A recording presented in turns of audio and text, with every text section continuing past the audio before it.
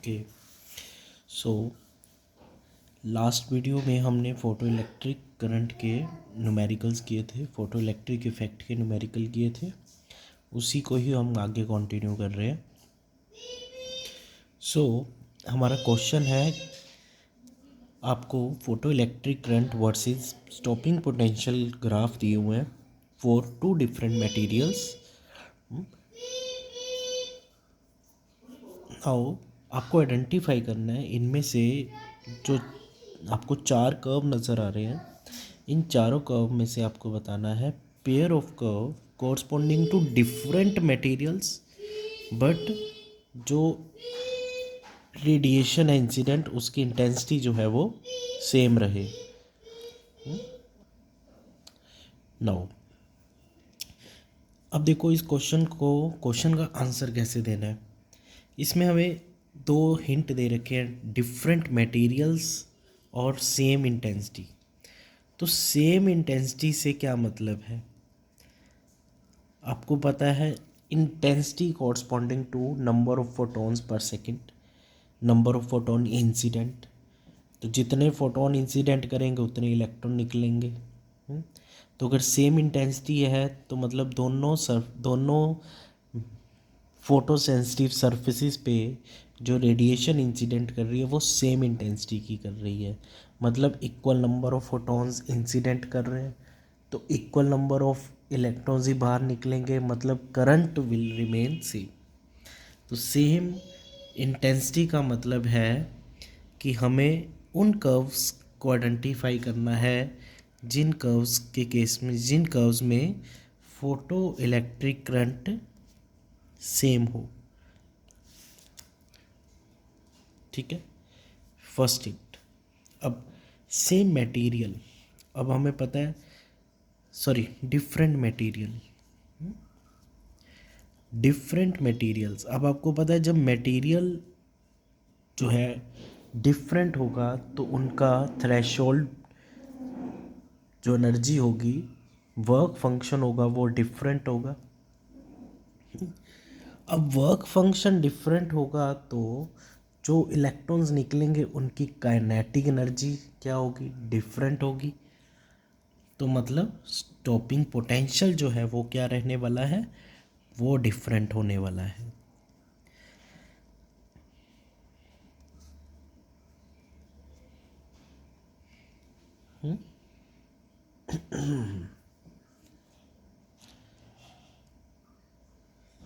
तो देखो अब इन कर्व्स में देखो कि किन कर्व्स कोई पेयर देखने हैं जिन पेयर्स के लिए स्टॉपिंग पोटेंशियल डिफरेंट हो but photo electric current same हो।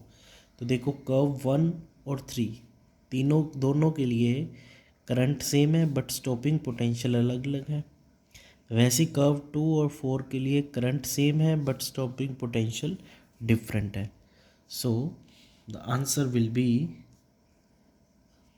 curves 1, 3 and 2, 4। ठीक है, सो बहुत ही सिंपल और कंसेप्चुअल बेस्ड क्वेश्चन था ये। ठीक है, नेक्स्ट इज,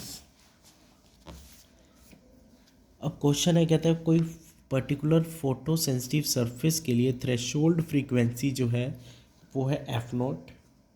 ठीक है, और कहता है अगर इंसिडेंट रेडिएशन जो कि 2F0 फ्रीक्वेंसी की हम यूज़ करें तो मैक्सिमम वेलोसिटी ऑफ इलेक्ट्रॉन जो है वो V1 आ रही है। ठीक है, और अगर इंसिडेंट रेडिएशन हम 5F0 फ्रीक्वेंसी की यूज़ करते हैं तो मैक्सिमम वेलोसिटी ऑफ इलेक्ट्रॉन्स हमारे पास V2 आ रही है। तो हमें क्या फाइंड आउट करना है, V1 एंड V2 का रेशियो। तो देखो इसमें हम सिंपल क्या करने वाले हैं, हमें देखो फोटो सेंसिटिव सरफेस सेम है तो वर्क फंक्शन तो हम लिख देंगे HF0, सिंपल है, गिवन है ये हमें। ठीक है, अब इन फर्स्ट केस 1 में इंसिडेंट एनर्जी जो है वो क्या है,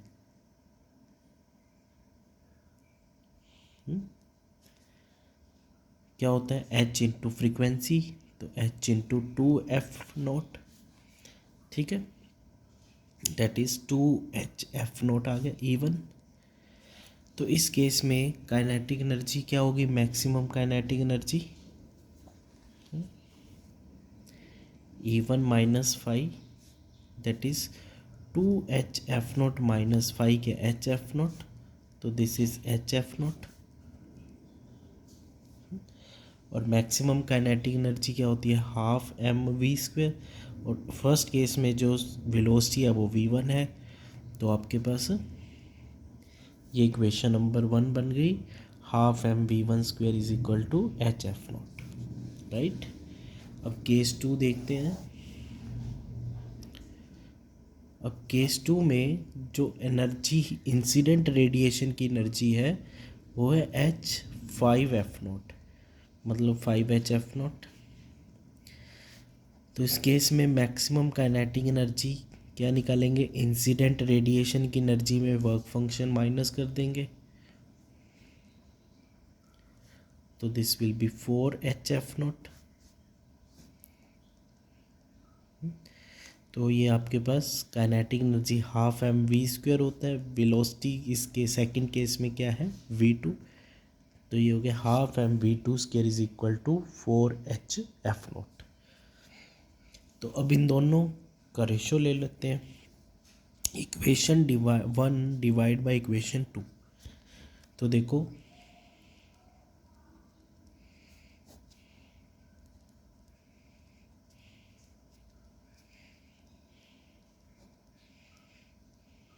ठीक है, तो देखो HF0 से HF0 कैंसिल, हाफ एम से हाफ एम कैंसिल हो गया, तो v1 बाई v2 का whole square is equal to 1/4।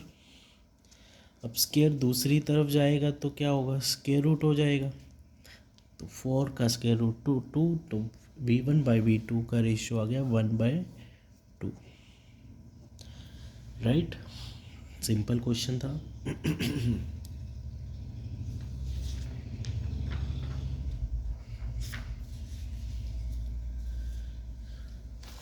Next question, this is again very important question.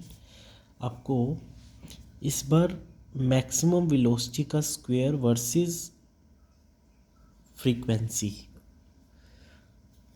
Curve दे रखा है, ठीक है, और आपको जो इंटरसेप्ट है उसकी वैल्यू l दे रखी है, ठीक है, ये आपको n गिवन है। कहते हैं find the expression of Planck's constant and work function, but दोनों की वैल्यूज़ आपको l n और m की फॉर्म में ही फाइंड आउट करनी है। तो देखो, अगर हम आइंस्टाइन इक्वेशन लगाते हैं, according to Einstein's photo electric equation, जो कहती है maximum kinetic energy of electron emitted electron is equal to energy of incident radiation minus work function. Maximum kinetic energy को हाफ एम वी मैक्सिमम का स्केल लिख दे, ये एच न्यू, फाई है एच न्यू नॉट, तो वी मैक्सिमम का square क्या बनेगा, 2 को राइट साइड लेकर जाएंगे तो ये 2 मल्टीप्लाई हो गया दोनों तरफ, m को राइट साइड लेकर आएंगे तो ये डिवाइड होगा, ठीक है।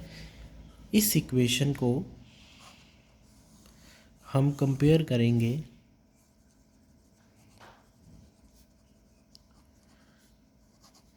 स्ट्रेट लाइन की general equation y is equal to m x plus c से। तो y एक्सिस के लॉन्ग v मैक्सिमम का स्क्वायर और x एक्सिस के लॉन्ग न्यू, तो हमें यही चाहिए था। तो यहाँ से क्या पता चल रहा है, स्लोप की वैल्यू जो होगी वो होगी 2h/m, दैट इज स्लोप, ठीक है। और इंटरसेप्ट हमारे पास क्या आया, इंटरसेप्ट का जो मैग्नीट्यूड आएगा वो हमारे पास आएगा 2h new not bye m, ठीक है। नाउ अब देखो, अकॉर्डिंग टू द ग्राफ के अकॉर्डिंग अगर स्लोप देखें तो स्लोप क्या है, टेंजेंट थीटा होती है, ये एंगल थीटा है तो ये भी थीटा होगा। टेंजेंट थीटा क्या होता है, परपेंडिकुलर अपॉन बेस, तो ये एल अपॉन एन लिख सकते हैं। ठीक है, तो according to graph, given graph, slope is equal to tan theta, that is l by n, इसको 2h/m के इक्वल लिख दें। तो यहाँ से h का वैल्यू क्या बनेगा, ml/2n। ठीक है,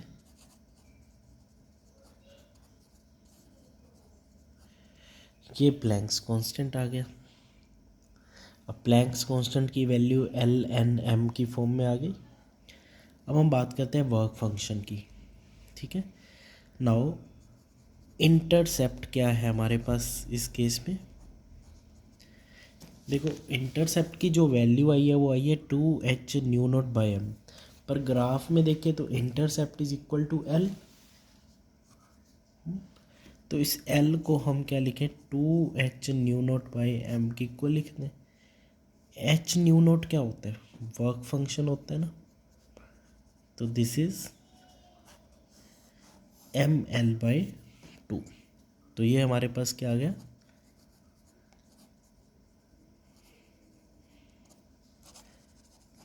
वर्क फंक्शन की वैल्यू आ गई। ठीक है,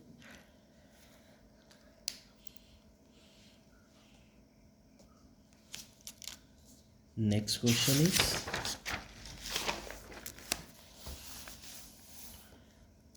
अब नेक्स्ट क्वेश्चन है, कहता है maximum kinetic energy of electrons get doubled when wavelength of incident light changes from λ1 to λ2। अगर इंसिडेंट रेडिएशन की वेवलेंथ λ1 से λ2 हो जाती है तो काइनेटिक एनर्जी डबल हो रही है। तो कहता है ड्राइव द एक्सप्रेशन फॉर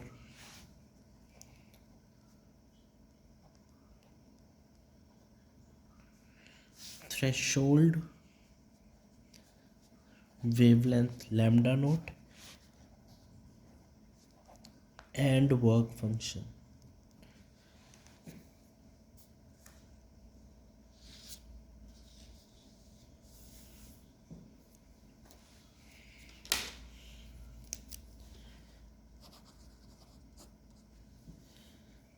हाँ जी, तो स्टार्ट करेंगे आइंस्टाइन इक्वेशन से। According to Einstein's photo electric equation, जो मैक्सिमम काइनेटिक एनर्जी है वो E-5 के इक्वल है। अब एनर्जी को hc/λ और वर्क फंक्शन को hc/λ0 लिख दें। बेसिकली अब हमें वर्क फंक्शन मतलब हमें वेवलेंथ की फॉर्म में बात करनी है। ठीक है, तो फ्रीक्वेंसी की जगह वेवलेंथ लिख दिया। नाउ अब गिवन है कि जब λ1 है तो जो भी काइनेटिक एनर्जी है चलो ठीक है, बट जब λ2 हो जाएगा वेवलेंथ तो काइनेटिक एनर्जी डबल हो जाएगी। ठीक है, तो kinetic energy is equal to K. ठीक है, तो ये फॉर्मूला बन गया K is equal to hc/λ1 minus hc/λ0। Now when lambda is equal to λ2 तो मैक्सिमम काइनेटिक एनर्जी क्या हो गई, 2k। तो ये इक्वेशन क्या बन गई, 2k is equal to hc/λ2 minus hc/λ0। ठीक है, तो बस इक्वेशन 2 में के की वैल्यू पुट कर देते हैं इक्वेशन 1 वाली। तो ये आ गया h C by lambda 1 minus h C by lambda naught is equal to H C by lambda 2 minus h C by lambda naught. तो देखो एच सी से एच सी तो ये सारा हो गया कैंसिल। तो ये आपके पास क्या बना, 2 by lambda 1 minus 2 by lambda naught is equal to 1 by lambda 2 minus 1 by lambda naught. हमें लैम्डा नोट चाहिए। क्या कर सकते हैं, 2 by lambda 1 by lambda naught को लेफ्ट साइड ले आते हैं, 2 माइनस 2 बाई लैम्डा नोट को राइट साइड पे ले आते हैं। तो ये क्या बन गया, लैम्डा नोट एलसीएम ऊपर 2 माइनस 1, इधर lambda 1 lambda 2, 2 lambda 2 minus lambda 1। तो 1 by lambda naught is equal to 2 lambda 2 minus lambda 1 by lambda 1 lambda 2। ठीक है, तो वर्क फंक्शन थ्रेशोल्ड की वैल्यू क्या आ गई, थ्रेशोल्ड वेवलेंथ की value lambda 1 lambda 2 divide by 2 lambda 2 minus lambda 1। ठीक है, तो ये आ गया हमारे पास थ्रेशोल्ड वेवलेंथ। और हमें क्या निकालना है, वर्क फंक्शन निकालना है। ठीक है, वर्क फंक्शन भी पूछा है उसने, तो वर्क फंक्शन कैसे निकालेंगे, वर्क फंक्शन होता है एच न्यू नोट, इसको लैम्डा नोट की फॉर्म में लिखें तो H C by lambda naught. तो लैम्डा नोट की वैल्यू अभी हमने निकाली है, lambda 1 lambda 2 divide by 2 lambda 2 minus lambda 1। तो फाई की वैल्यू हो गई,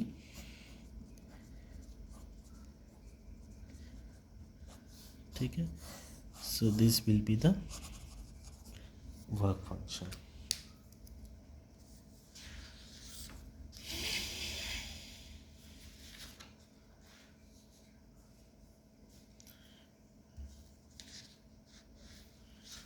हाँ जी, क्लियर है।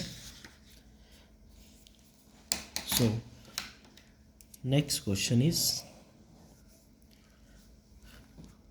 नाउ हमें कुछ मेटल्स और उनके लिए वर्क फंक्शंस की वैल्यूज़ दे रखी हैं।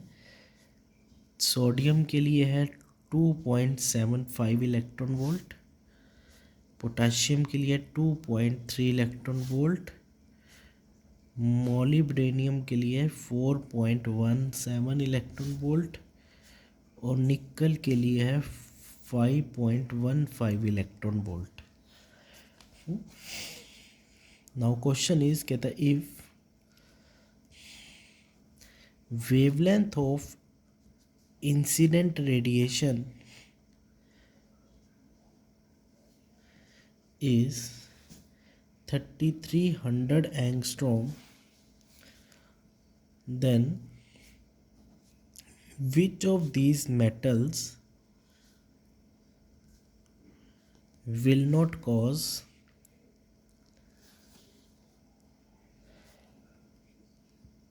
any photoelectric emission। ठीक है, कहता है अगर 3300 एंगस्ट्रॉम की वेवलेंथ अगर इंच पे इंसिडेंट करेंगे तो इनमें से कौन सी मेटल के केस में फोटो इलेक्ट्रिक एमिशन नहीं होने वाला। तो देखो क्या करेंगे, हम ये देखेंगे कि इस वेवलेंथ की जो रेडिएशन है उसकी एनर्जी क्या है। ठीक है, वहाँ से हमें इनका वर्क फंक्शन तो पता है तो हम कंपेयर कर लेंगे। ठीक है, तो एनर्जी ऑफ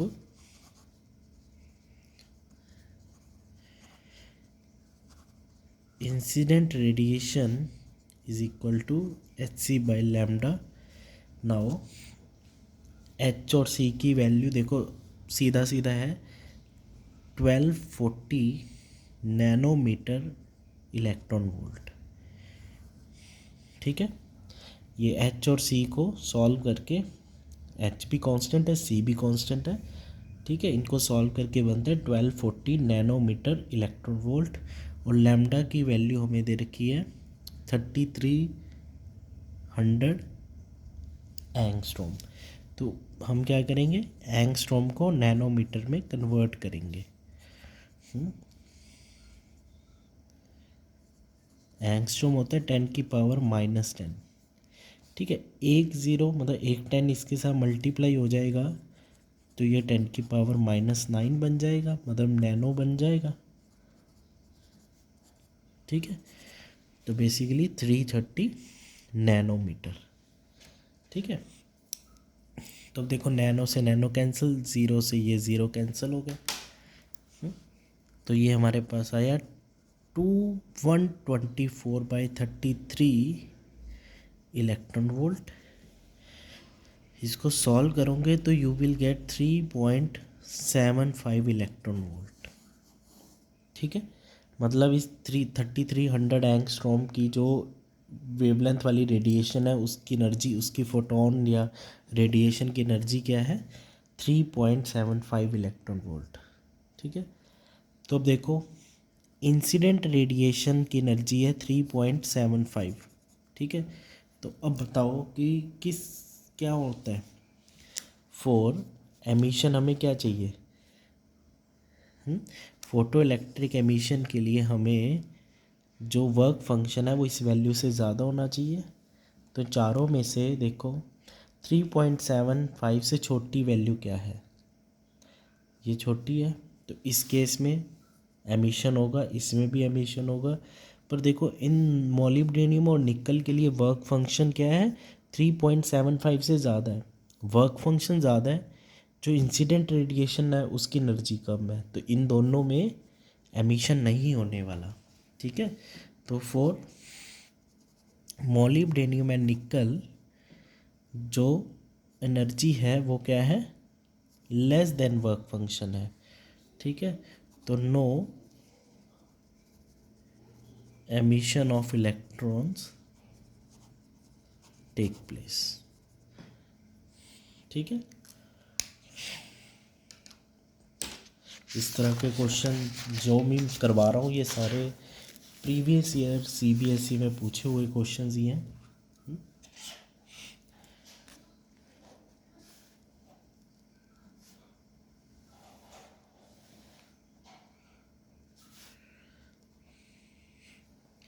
नेक्स्ट है आपको थ्रेशोल्ड फ्रीक्वेंसी और स्टॉपिंग पोटेंशियल के बीच में ग्राफ गिवन है, ठीक है। ये मेटल 1 है, ये मेटल 2 है, दोनों के लिए आपको थ्रेशोल्ड फ्रीक्वेंसी गिवन है।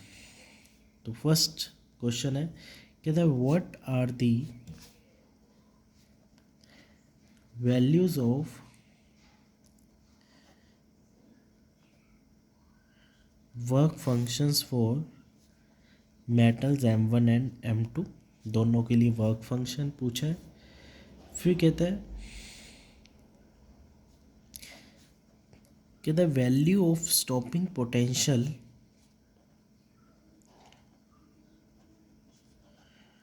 For M1 and M2 for frequency nu3 which is greater than nu01 and nu02 are V1 and V2 respectively। कहते हैं अगर इंसिडेंट रेडिएशन की फ्रीक्वेंसी nu3 है जो कि दोनों मेटल्स के थ्रेशोल्ड से ज़्यादा है, तो स्टॉपिंग पोटेंशियल की वैल्यूज़ हमें मेटल 1 के लिए मिल रही है V1 और मेटल 2 के लिए V2 मिल रही है। तो show that slope of lines जो है वो V1 minus V2 upon nu02 nu02 minus nu01, दोनों पैरेलल हैं तो स्लोप दोनों की सेम है, वो सेम स्लोप की वैल्यू ये है होनी चाहिए, ये शो करनी है हमें।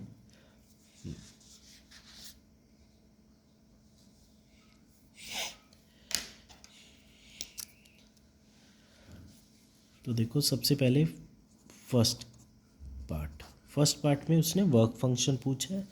M1 के लिए थ्रेशोल्ड है न्यू नॉट 1 और M2 के लिए थ्रेशोल्ड फ्रीक्वेंसी है न्यू नॉट 2। तो हमें work function for metal 1 H nu naught 1, work function for metal 2 H nu not 2। ठीक है, दिस इज़ द आंसर। अब सेकंड की बात करते हैं। सेकंड में हमें फ्रीक्वेंसी ऑफ इंसिडेंट रेडिएशन दे रखी है न्यू 3, और न्यू 3 जो है वो न्यू नॉट 1 से भी बड़ा है और न्यू नॉट 2 से भी बड़ा है। ठीक है, और in that case stopping potential for M1 जो हमें मिल रहा है V1 और स्टॉपिंग पोटेंशियल फॉर M2 मिल रहा है V2। ठीक है, तो हमें बताना है स्लोप। अगर आपको स्लोप की बात करें तो हमें पता है कि स्लोप होती क्या है। अगर हम प्रीवियस टॉपिक्स की अगर रिव्यू करें, ग्राफ वाला जो पार्ट था वो जहाँ हमने पढ़ा था, अगर वो हम डिस्कस करें तो आपको पता है कि स्लोप व्हाट डज मीन। तो स्लोप बेसिकली होता है h/e। ठीक है, तो हमें क्या करना है, इक्वेशन बनानी है ताकि इक्वेशन से हमें h/e की वैल्यू पता चल जाए। ठीक है, तो वो h/e की वैल्यू इससे मैच होनी चाहिए, हो ही जाएगी अगर हम सही करेंगे तो देखो फर्स्ट सरफेस के लिए फॉर मेटल 1 के लिए अगर हम डिस्कस करें तो इंसिडेंट एनर्जी जो है वो क्या होगी, work function plus maximum kinetic energy के इक्वल होगी। तो इंसिडेंट एनर्जी क्या है, H न्यू 3। इंसिडेंट एनर्जी की, इंसिडेंट रेडिएशन की फ्रीक्वेंसी न्यू 3 दे रखी है, और फर्स्ट के लिए जो स्टॉपिंग पोटेंशियल है वो न्यू नॉट 1 है। तो वर्क फंक्शन हो गया nu H nu naught 1 is equal to kinetic energy, maximum kinetic energy E V naught के इक्वल होता है। वी नॉट होता है स्टॉपिंग पोटेंशियल, और मेटल 1 के लिए स्टॉपिंग पोटेंशियल है V1। तो यहाँ से ई V1 की वैल्यू क्या बन गई,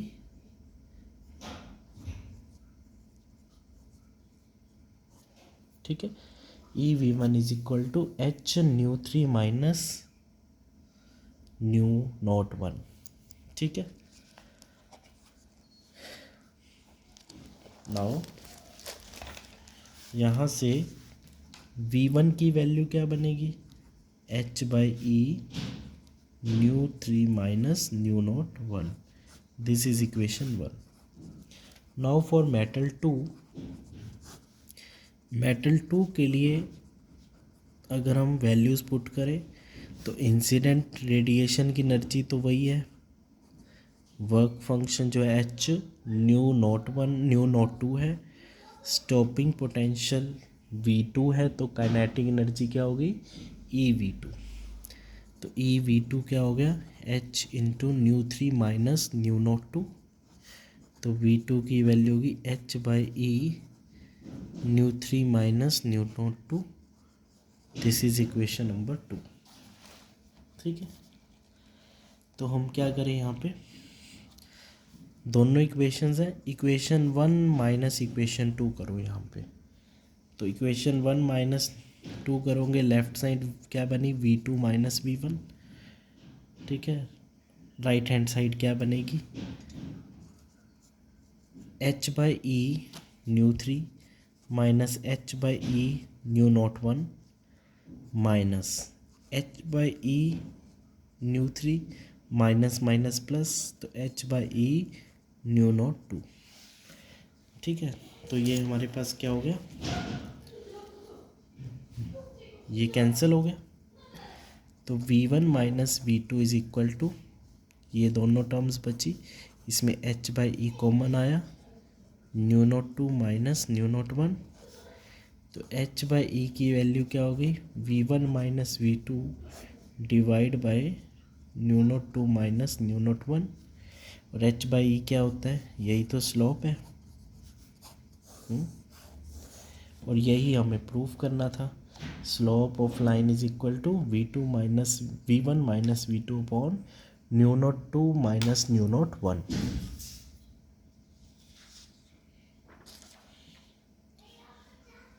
राइट,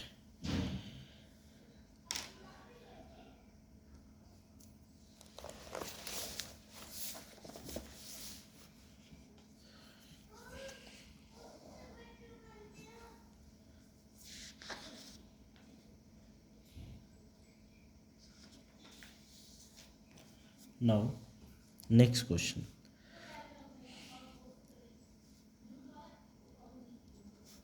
नेक्स्ट क्वेश्चन है आपको सिंपल सॉल्विंग वाला क्वेश्चन है। थ्रेशोल्ड फ्रीक्वेंसी दे रखी है 3.3 इंटू 10⁻14 हर्ट्स,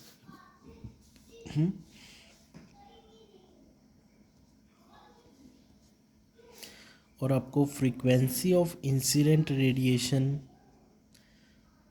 दे रखी है 8.2 इंटू 10⁻14 हर्ट्स, और आपको निकालना है find cut off voltage. Cut off voltage और stopping potential same thing.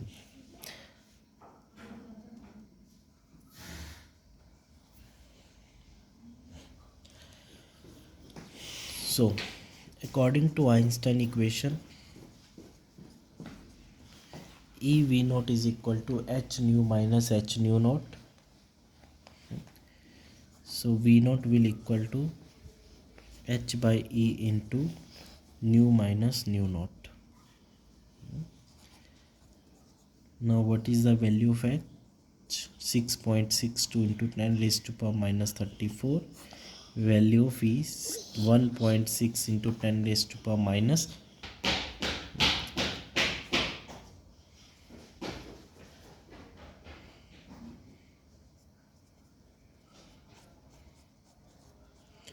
Okay, so we have to calculate this. So here we will use some approximation method. We will cancel this at 4. So this will be 4 into 8.2 minus 3.3 is 4.9. So 10 raised to power minus 34 into 10 raised to power 14 will equal to 10 raised to power minus 20. 10 raised to power minus 20 divided by 10 raised to power minus 19 will equal to 10 raised to power minus 1.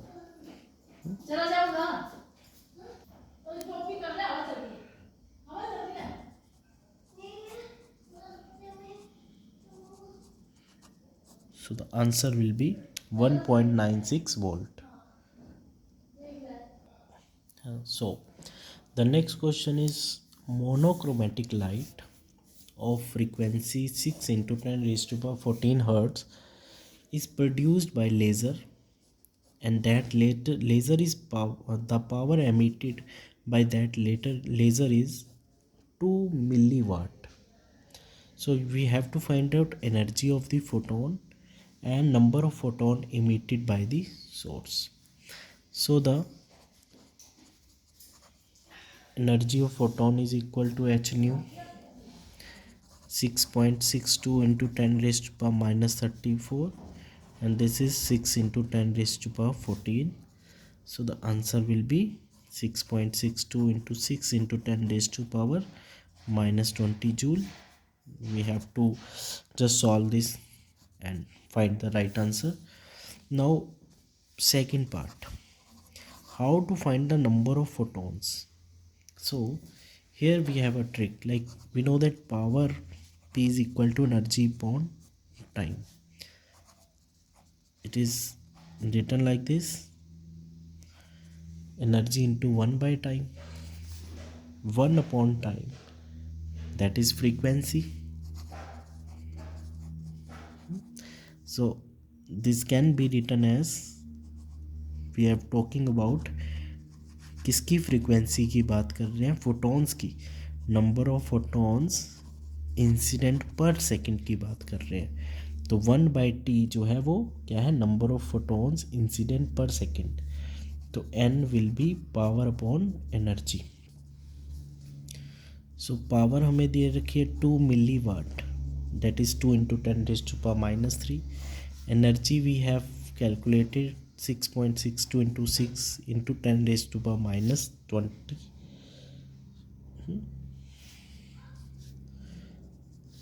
So this will be 10⁻³ 10⁻³ divided by 10⁻⁻20 is equal to 10⁻17 divided by 19.86, that is almost 1/20 into 10⁻17, 1/20 0.05 into 10⁻17, that is 5 into 10⁻15. The number of photons incident per second is equal to 5 into 10⁻15. So this is the right answer.